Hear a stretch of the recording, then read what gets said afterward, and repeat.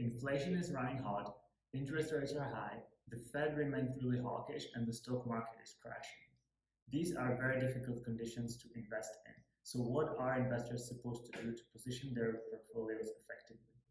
Hi, my name is David. I have an extensive private equity experience working in real estate and finance, and I now manage a small family office as well as funds for a handful of selected individuals.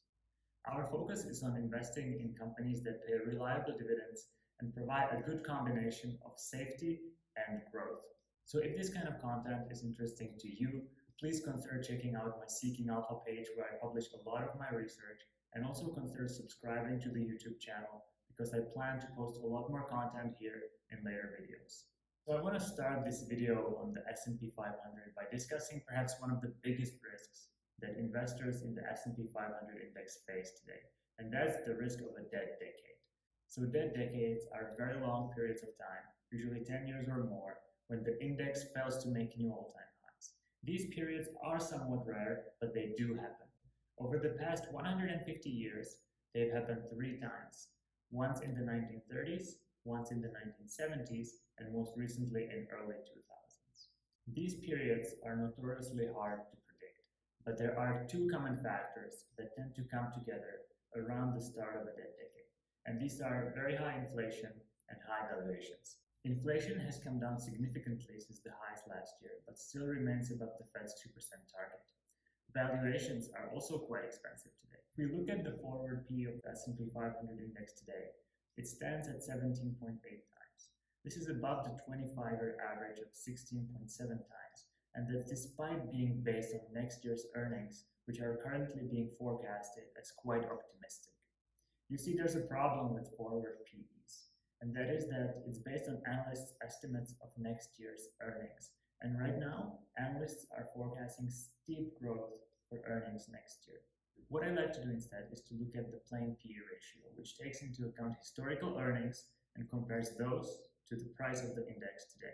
And in terms of the traditional PE, the index today trades at 24 times earnings.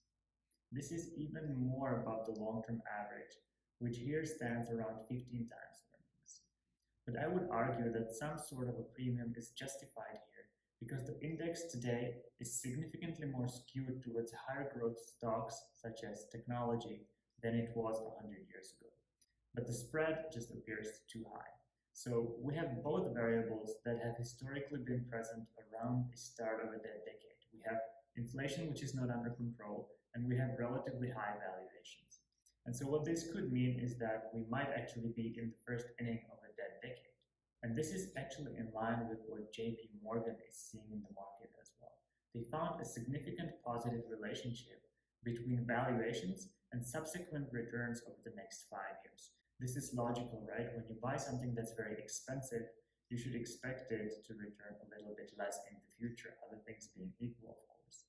Whereas on the other side, if you buy something very cheap, then the upside is likely bigger. Well, it turns out that the current forward PE ratio of 17.8 times should, historically speaking, correspond to returns of around 5% per year over the next 5 years. 5% isn't very much, especially when you can get that from treasuries. So the index is really not positioned very well here because the upside is limited at around 5% per year. The dividend yield is low at 1.6%, and the downside is very much present if the earnings growth doesn't materialize as expected, or if the multiple re-rates lower to the historical average. For this reason, I don't like investing in the S&P 500 at this time, and I find other sectors much more appealing. I like to invest in sectors that pay significantly higher dividend yields than the S&P 500, and that also trade at cheap valuations, promising upside when things normalize. Good thing is that there are many such sectors and stocks in the market today. As expensive as the index may seem, this is largely a result of just a couple of huge companies that trade at very premium valuations. These are called the Magnificent Seven and represent the biggest technology companies in the world. These are the Microsofts, the Apples, the Metas. And excluding these from the index and only looking at the remaining 493 companies will actually show a very different picture to looking at the index as a whole. You see, these companies are effectively skewing the index and making it unattractive for us. So by looking in the other 493 companies and ignoring the top 7, which are simply too expensive for us to invest into at this time, we may be able to find really good bargains. And that's exactly what I try to do in my research and what I plan to share with you guys on this YouTube channel over here. So if you've enjoyed this video, please make sure to hit the like button. It really helps the algorithm apparently to grow this channel. And also consider subscribing because I will be posting a lot more content on this channel regularly.